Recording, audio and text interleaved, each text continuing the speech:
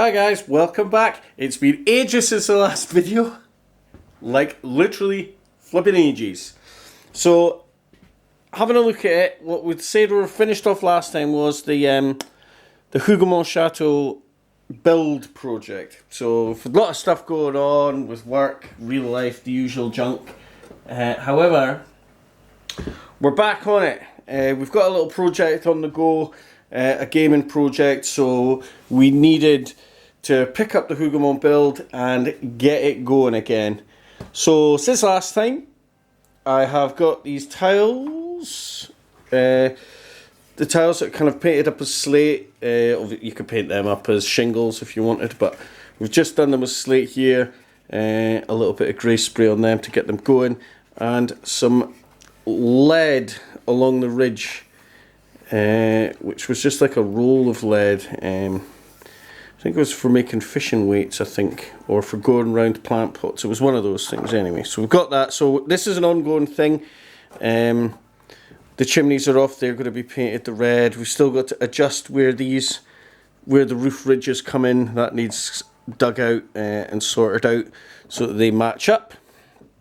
What else have we done? So we've got copper tape around here, around the little chapel, which just kind of hides where the kind of the slates join. So that's just copper tape for, as I say, around flower pots for slugs and snails. A slug and snail barrier on that one. A few more bits going on around the back. I'll just lift it up. We're gonna have to put on. Oops, daisy. We're gonna have to put on this this side gate here where clay came out and fought in the kitchen garden, which we're in the process of building as well. So that needs done in somehow. I don't know how we'll do that, but it's kind of important for some scenarios. North gate, don't know if we're going to make that so it opens, maybe even use coffee stirrers for that and adapt that. This courtyard we also might extend by adding some more walls onto here and here, just so we can enlarge this area a bit. Ducat, the very top ducat needs a little bit of work on it as well. And cowshed, same thing. You can see that lead ridge along there quite well there. And now a little bit on that profile. So you can see that. Apart from that, that's really where we are with this one. A lot of work to do still, loads of work, and we'll see just how much work's to do on this MDF one when we compare it, as promised, a year later maybe, when we compare it to the Hovels one, which I've got a land of at the moment. And straight away you can see that the Sarissa one, lots of whitewash that we discussed in the last video, not so much brick. But the Hovels one, loads of brick, real load of red here, and pantel roofs on this one as well, which we've went for slate on this. I'm not too sure what the evidence suggests, if there was more slate than pantels. Not too sure. We just went for slate just for easiness, because I don't remember hearing that much about pantel roofs. So we've just went for slate. Even there was some thatch too, maybe. I'm not too sure, but we'll find out. So what's the differences then? Let's have a look. So the Sarissa one, well, it's easier to show you this one.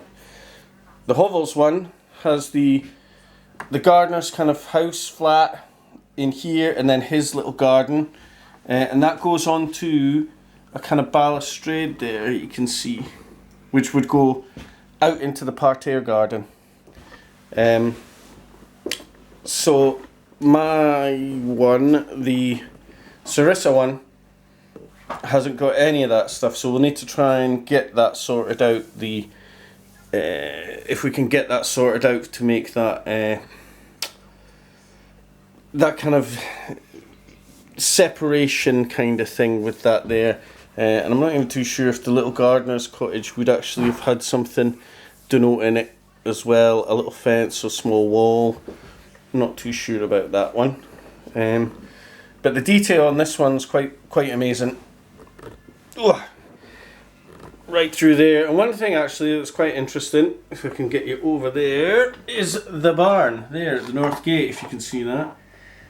So north gate there, barn.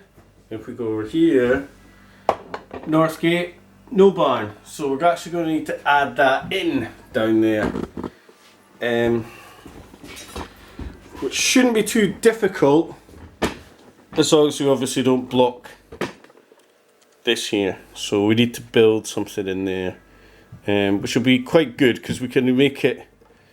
We can make the height, even if we made it sloping, so that you can put figs on the top, look quite good, and we can use it as a kind of a fire and step kind of platform. I mean, a lot of the artwork has, certainly in the La Haye Saint artwork, has a lot of folk on the roofs and stuff like that, which is something you can't do. You could knock holes in and have folk shooting out the attic spaces, but oh, it just sounds like a lot of hassle, that. But the work on this one is really quite amazing. I'm not sure who painted it. Perhaps Richie might want to comment on that one down below somewhere, but quite amazing. And one thing I do like about this one, which is cool, is the fact that it's on a base and you can kind of get that farmyardy kind of feel there. It's just, it feels just right to me.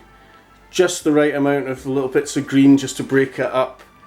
And it just adds something more, I think. Originally we did think about, Richie here had asked about having some wee bits of something, tufts and things through there to make his garden. But we'll see. That's been an easy fix, that one, just some tufts through there and job done. One thing that we did notice about this one though, which is, excuse me, interesting, is the size itself. So the Hougoumont here, the Hovels one, is, we can go back, almost the exact same footprint as the Sarissa one. A lot lower down the profile, if you can get to see that, so it's all a lot lower. Sarissa one's quite a bit higher, but the actual size itself is very, very similar. Very similar size footprint. However, there is something with both of them really, but more so with the Hovels one. If we put a trusty guardsman down there, and if you look at the size of the door, he's quite massive. So I mean, I think the Hovels stuff is 20mm or 15mm, or even like Little Soldier scale, Airfix scale. You know, I wouldn't, you know, a Little Soldier there, I think it's 1/72 scale. He's going to walk through there and be quite the thing. Might just be too big for him slightly, but still not too bad. Still not too bad, but certainly 15mm, it would work. It'd look amazing for that.